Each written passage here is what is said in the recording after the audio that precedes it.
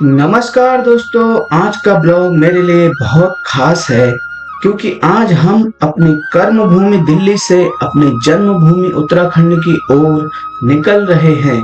लगभग 6 महीने बाद हम अपने गांव जा रहे हैं और कई बार ऐसा भी होता है कि पूरे साल में सिर्फ एक ही बार गांव जाने का मौका मिल पाता है।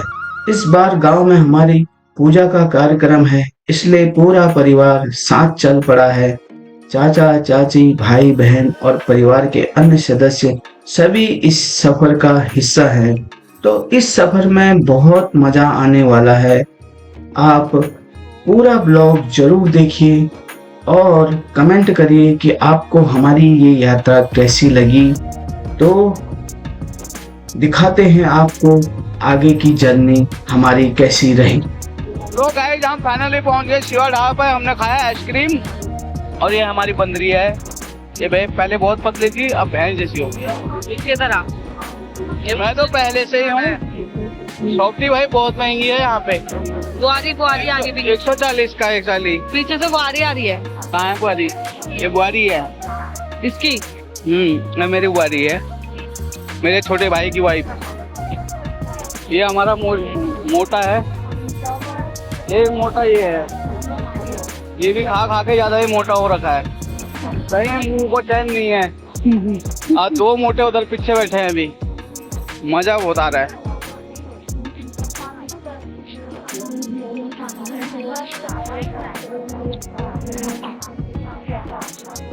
एक लंबू ये है।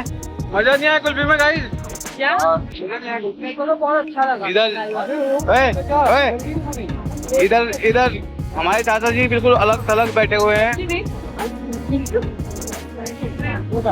फिर मिलते हैं, आपको दिखाते हैं आगे। दोस्तों, रात के करीब 11 बजे हमने दिल्ली से अपनी यात्रा शुरू कर दी थी और जैसे ही गाड़ी ने दिल्ली की सड़कों को पीछे छोड़ा, मन में गांव पहुंचने की खुशी और उत्साह बढ़ने लगा। हमारे साथ जो गाड़ी वाले भाई हैं वो भी हमारे क्षेत्र से ही आते हैं। उनका स्वभाव बहुत ही अच्छा था। पूरे रास्ते में ऐसा लगा ही नहीं कि हम कोई लंबा सफर तय कर रहे हैं। गाड़ी में पहाड़ी और पुराने गानों का संगीत बज रहा था। हंसी मजाक, पुरानी बातें और गांव की यादों के बीच हमें सफर का पता ही नहीं चला। कब रास्ते कटते गए और कब हम आगे बढ़ते गए, यह महसूस ही नहीं हुआ। सबसे पहले हम गजरौला पहुंचे। यहाँ हम हमेशा की तरह शिवा ढाबा पर रुके। इस ढाबे पर खाना खाया और उसके बाद हम अपनी मंजिल की ओर बढ़ गए। धीरे धीरे रात गहरी होती जा रही थी और सड़कें भी शांत होती जा रही थी। आगे बढ़ते हुए हम काशीपुर और फिर काशीपुर से हम रामनगर पहुंचते हैं, जहाँ पे हम सुबह की चाय पीते हैं। रामनगर पहुंचते ही हम चाय पीते हैं और चाय के साथ गर्मा गर्म मैगी का जो है आनंद लेते हैं। और थोड़ा थोड़ा यहाँ सुबह की हल्की हल्की ठंडक जो है महसूस हो रही थी और मैगी का स्वाद तो कुछ अलग ही था। और अब जो बारी थी, यहाँ से जो हमारे पहाड़ की यात्रा शुरू होने वाली थी, क्योंकि रामनगर से आगे निकलते हैं तो ही हमें एहसास होता है कि अब हम अपने पहाड़ी यात्रा का जो सफ़र है वो शुरू करते हैं। सबसे पहले जो है कॉर्बेट नेशनल पार्क से हम गुजरते हैं।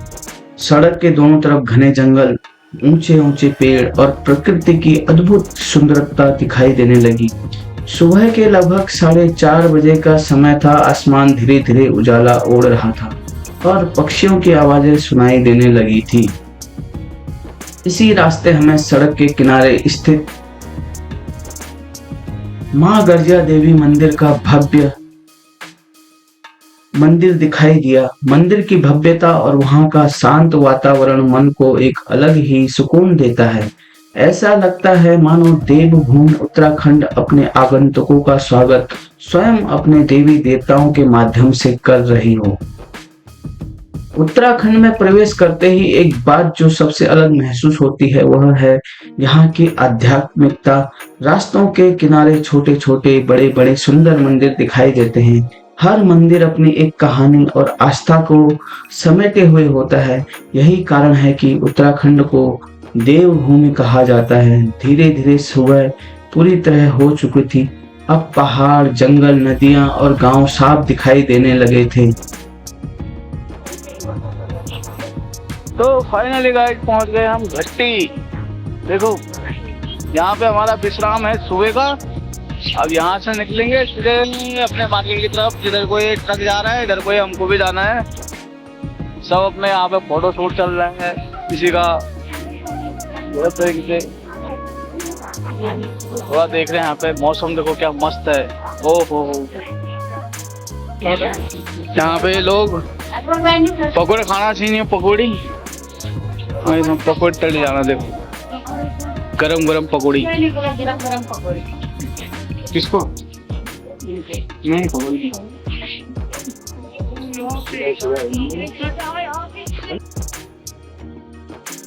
दोस्तों इस जगह का नाम घट्टी है और ये बहुत ही अच्छी जगह है। यहाँ पे सुबह गाड़ियाँ रुकती हैं और सुबह सुबह हम यहाँ पे चाय पकौड़ियों का, गर्मा गर्म पकौड़ियों का आनंद लेते हैं। यहाँ पे हमारा स्टॉक है, सुबह गाड़ी यहाँ पे रुकती है और यहाँ पे हम थोड़ी देर विश्राम करने के बाद आगे निकलेंगे। लेकिन यहाँ का जो वातावरण है, चारों तरफ बड़े बड़े पेड़ हैं और ये जो है एक घाटी में है। यहाँ पे 2-4 ही छोटे छोटे दुकानें हैं जो अपना स्वरोजगार चलाते हैं और जो भी गाड़ियाँ आती हैं उनको चाय, पानी, पकौड़ी, बिस्किट, जिसको जो खाना होता है वो यहाँ से ले सकता है।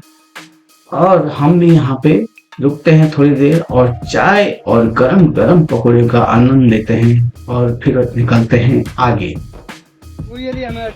तो दोस्तों फाइनली पहुंच गए भाई हम अपने घर में। अपने गांव भी, घर नहीं पहुंचे, गांव में पहुंच गए। ऊपर सामान पड़ा है इतना सारा, भी ये सामान अभी नीचे लेके जाना है। मिस्त्री लोग बुला रखे हमने दिहाड़ी के लिए। हाँ दिहाड़ी भाई बुलाए हैं हमने आदमी।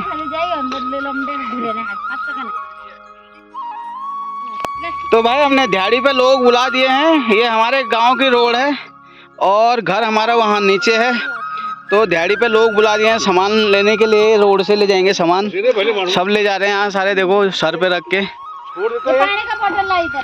चलो चलो चलो फटाफट चलो। और ये है हमारा गांव की रोड। ठीक है